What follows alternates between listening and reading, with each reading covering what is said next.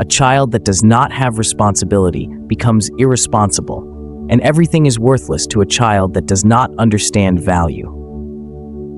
Have you ever looked at your son and wondered, when will he take life seriously? Why does he expect everything to be done for him? Why does he shrug off responsibility like it's a burden instead of a gift? Here's the truth. Responsibility is not just a task. It is the foundation of a man's identity.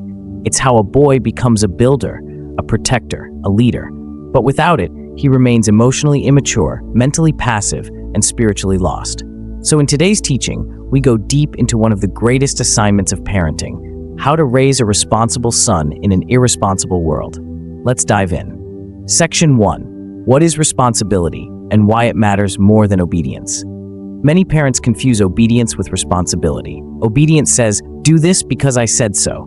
Responsibility says, do this because it matters, because I matter, because others matter. Responsibility is internal. It is the ability to see a need, understand your role, act without being forced.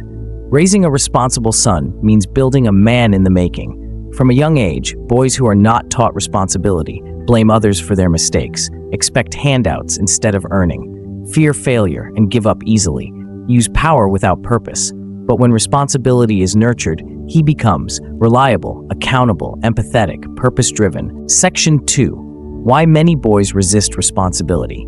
Most boys don't wake up saying, I want to be irresponsible today.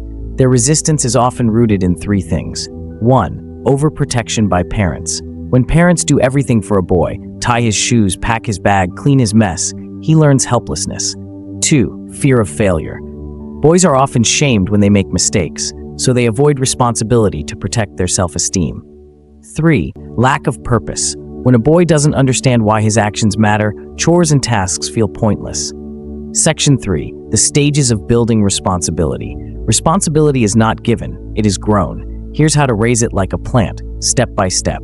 Stage 1. Early childhood, ages 2-6. I help because I am part of the family. Let him dress himself. Assign simple daily chores like picking up toys or putting napkins on the table. Praise effort, not perfection. Tip: say, in this house, everyone helps. You are strong and capable. Stage 2. Middle childhood, ages 7-12. I own my actions.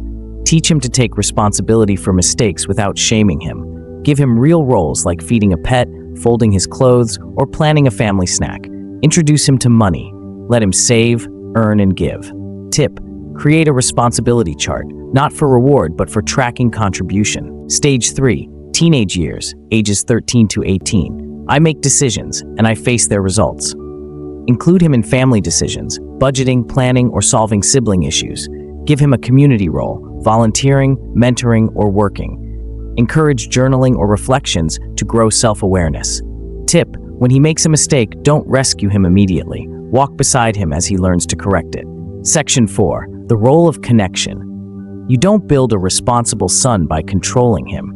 You build him through connection, trust, and consistent modeling. What this looks like. Instead of yelling, "Why didn't you do your homework?" say, "I noticed you didn't complete your work. What happened?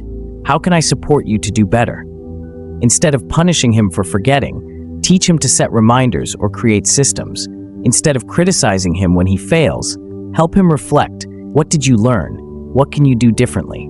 Connection before correction. That's how boys feel safe enough to take responsibility. Section 5. Practical tools and activities. 1. The responsibility jar. Label a jar. Every time he does something responsible, a marble goes in. When it's full, he earns a grown-up privilege, not a toy, but trust. 2. Weekly check-in talks. Every Sunday, ask, what did you do well this week? What did you avoid? What did you learn? It builds emotional maturity. 3. The man in training mindset. Tell him often, you're not just my child. You are a man in training. What kind of man do you want to be? Let him visualize responsibility. Section 6. The power of modeling. You can't raise a responsible son if you are always blaming others, always distracted, avoiding hard conversations. Let him see you own your mistakes. Let him hear you say, I was wrong. Let him watch you do things you don't feel like doing and doing them well. Responsibility is not taught by talk. It is transferred by living example. Section 7. Raising sons for the world ahead. The world your son is growing into is filled with entitlement, excuses, easy escapes. But if you raise him with purpose, responsibility, integrity, he will stand out as a light.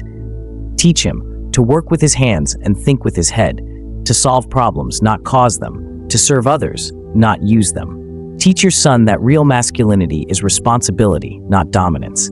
That real strength is in character, not muscles. That real manhood begins with owning his life. Dear parent, don't wait for the world to teach your son responsibility. It will teach him through pain and loss. Be his first teacher, his consistent mirror. Build him today so he won't break tomorrow. Because a responsible son is not only your gift to the world, he is your legacy. If this teaching has helped you, share it with another parent. Comment below. What's one responsibility your son is learning right now? And don't forget to subscribe for more deep parenting teachings like this.